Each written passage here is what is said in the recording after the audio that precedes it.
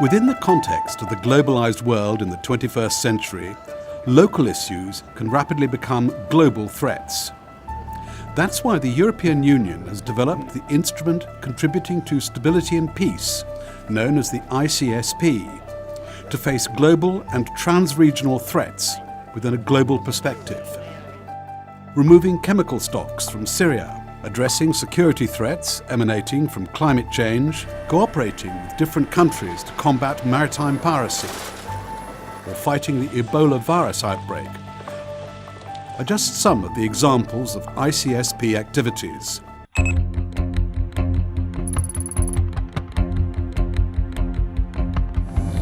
Due to their nature, the activities of organised criminals are frequently interconnected, developing their networks across borders.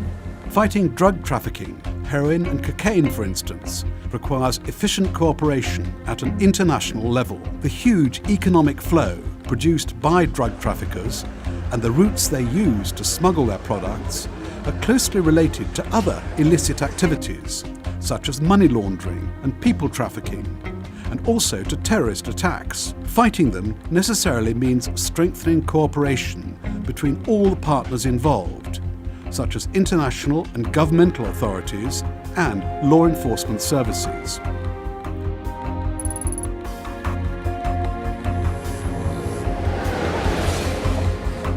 The instrument contributing to stability and peace has launched a series of actions to protect shipping routes, airports and harbours, as well as computer systems, fighting maritime piracy, improving aviation security, and increasing cybersecurity.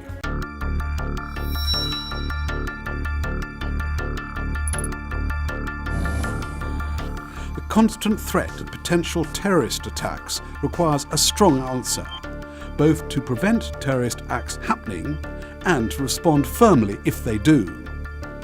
These actions must be organised around 4 points: prevention, protection, pursuit and response.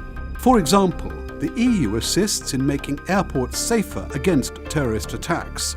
It also prevents young people becoming radicalised and therefore decreases foreign fighters.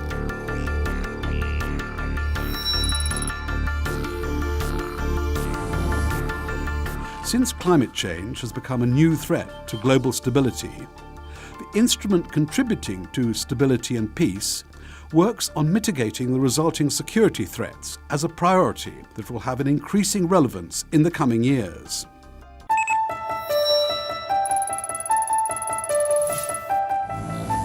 Misuse of dangerous materials, intentional or unintentional, can lead to severe consequences for the economic and environmental situation in many countries.